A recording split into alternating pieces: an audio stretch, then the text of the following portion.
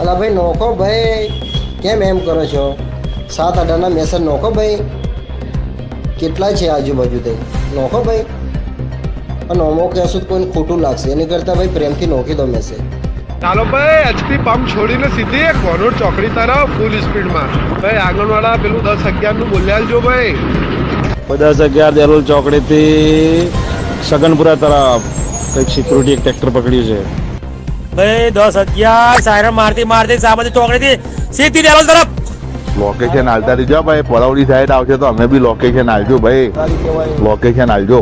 ચલો ભાઈ 10-11 સાયરન મારતી મારતી 40 સીધી દેરોલ. ચલો ભાઈ 10-11 સાયલેન્ટ મારતી મારતી વૃંદાવન હોટલ થી ડેલોલ બાજુ ફૂલ ફાસ્ટ. ચાલો મિત્રો, રમૈયા ચોકડી થી પુરાવા ચોકડી હાલમાં લાઈન ક્લિયર છે. ભાઈ પેલી 38-58 બી ફૂલ સ્પીડમાં સાયલેન્ટ મારતી મારતી કોનોર ચોકડી છોડીને ચાલે છે ભાઈ. ગાડીઓ ભેગ્યો ના થાય. સગનપુરા જવાની એવા મેસેજ છે ભાઈ. સગનપુરા લાઈન પર આવો ભાઈ. દેવલુબા ફાટક કઈ ઉભી રહી છે 10-43 નીકળશે એટલે મેસેજ કરી જશે. અરે ભાઈ ટેન્શન ના લેજો. 10-43 ભાઈ દેવલું કોઈ ઊભી છે ભાઈ, હોટલ પર નાસ્તો કરે છે ભાઈ પેલી 10-43 નું બોલો મારા મિત્રો, બોલો ભાઈ બોલો. 1100 નંબર નો મામલતદાર વાવડી ગામમાં છે. ચલો ભાઈ 39-38 ફોરેસ્ટ ની ગાડી ભાઈ સેરા બસ સ્ટેન્ડ છોડીને ચાલે અહીંયા ચોકડી બાજુ. વાંધો નહીં ભાઈ, નીકળે તો મેસેજ આલજો. ચાલો મિત્રો 10-11 વેદલપુર પોલીસ સ્ટેશનમાં. ભાઈ 38-8 નું ઘુસર બાજુ હો, અહીંથી અંદર બેઠી છે બજારમાં રહી. ચલો ભાઈ ફોન મેસેજ એવા છે કે પરુણામાં ટ્રેક્ટર પકડ્યું છે. ગુજરાતમાં ભૂમાફિયાઓ એટલા બધા બેફામ બન્યા છે કે જે અધિકારીઓની ગાડીઓ ઉપર જીપીએસ સિસ્ટમ લગાવે આ રીતે ખનન ચોરી કરી રહ્યા છે. તો એક જિલ્લામાં તો આ લોકો એક વોટ્સઅપ ગ્રુપ દ્વારા અધિકારીની ગાડી કઈ કઈ જગ્યાએ જઈ રહી છે આ બધું આ મોબાઈલ ગ્રુપમાં વોઇસ કોલ દ્વારા એક ઓડિયો નાખીને આ તમામને માહિતી પહોંચાડી રહ્યા છે.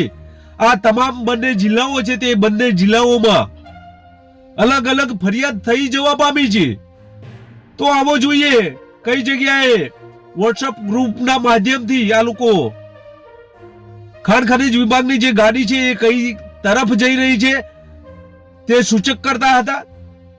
તો બીજી તરફ જે બીજો જિલ્લો છે ત્યાં ભૂસ્તર શાસ્ત્રીની જે કચેરીની જે ગાડી હોય છે તેની ડીઝલની ટાંકી ઉપર જીપીએસ સિસ્ટમ લગાવીને આ લોકો લોકેશન ટ્રેક કરતા હોય છે.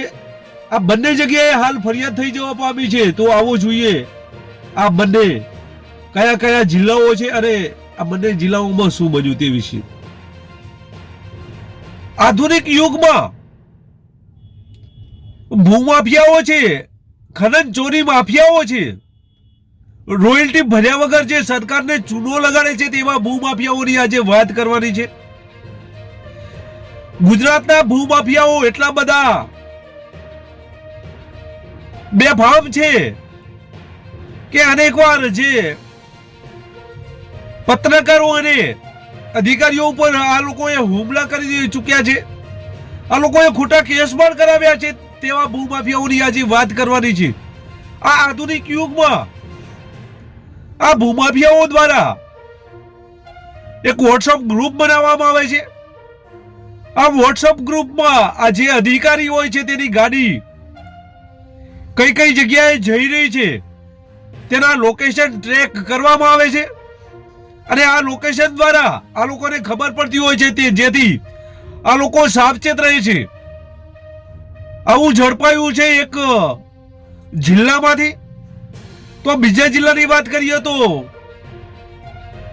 બીજા જિલ્લામાં જે અધિકારીની ગાડીઓ હોય છે, ખનીજ ભૂસ્તર શાસ્ત્રીની કચેરીની જે ગાડી છે એ ગાડીની જે ટેન્ક હોય છે તેમાં એક ડિવાઇસ મૂકીને આ લોકો તેનું લોકેશન ટ્રેસ કરતા આ ડિવાઇસ ઝડપાયું છે અને આ ભૂસ્તર શાસ્ત્રી દ્વારા ફરિયાદ કરવામાં આવી છે. તે વિશે આજે ચર્ચા કરવાની છે.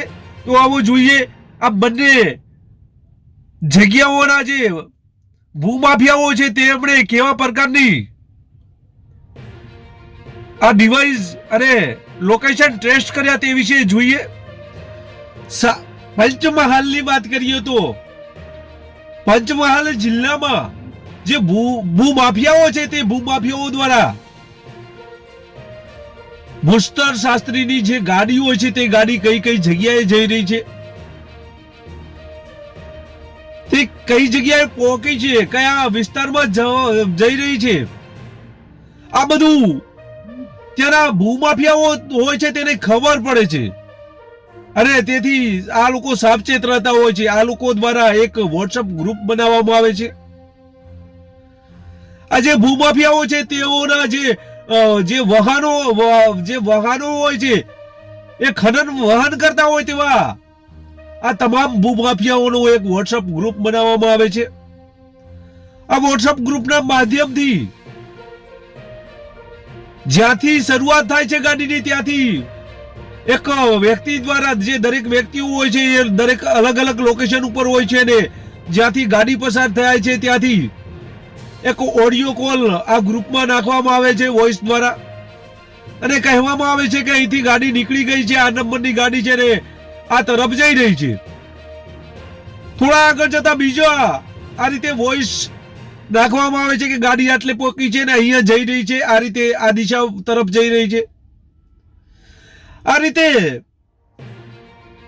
આખું વોટ્સઅપ ગ્રુપ આ લોકો ચલાવે છે અને આ વોટ્સઅપ ગ્રુપ દ્વારા આ લોકો બચી જતા હોય છે ખનન ચોરીથી, કારણ કે અધિકારીની તેમને જાણ થઈ જાય છે કઈ તરફ આ જઈ રહ્યા છે, જેથી અન્ય ભૂમાફિયાઓ હોય છે તે સાવચેત રહે છે અને આવતા હોય તેની અગાઉ જ આ લોકો બધું સગે વગે કરી દેતા હોય છે. આવો બનાવ પંચમહાલ જિલ્લામાં બન્યો છે. પંચ જિલ્લામાં આ બનાવ બનતાની સાથે ભૂસ્તર શાસ્ત્રીએ ફરિયાદ નોંધાવી છે અને આ લોકોની તટસ્થ તપાસ કરવામાં આવી રહી છે. ત્યારે બીજો બનાવ બનાસકાંઠા જિલ્લામાં બન્યો છે કે જ્યાં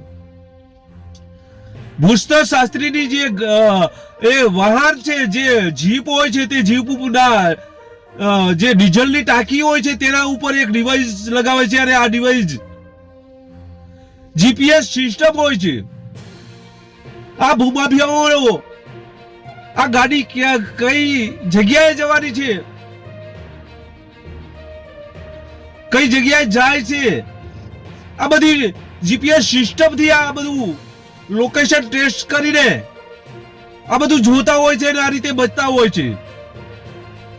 બનાસકાંઠા જિલ્લામાં જે ભૂસ્તર શાસ્ત્રીની જે કચેરી આવેલી છે ત્યાં આ રીતે જે સરકારી વાહન હોય છે તેની ટાંકી ઉપર આ રીતે ડિવાઇસ લગાવીને આ રીતે બેફામ બનેલા ભૂમાફિયાઓ દ્વારા આ બનાવ બનાસકાંઠા જિલ્લામાં બેફામ બનેલા ભૂમાફિયાઓ દ્વારા આ રીતે કરવામાં આવે છે. બનાસકાંઠા જિલ્લાના જે ભૂસ્તર શાસ્ત્રીની જે કચેરીનો એક ડ્રાઈવર હોય છે તે ગાડી સાફ સફાઈ કરતો હોય છે અને તેના ધ્યાને એક ડિવાઇસ આવે છે.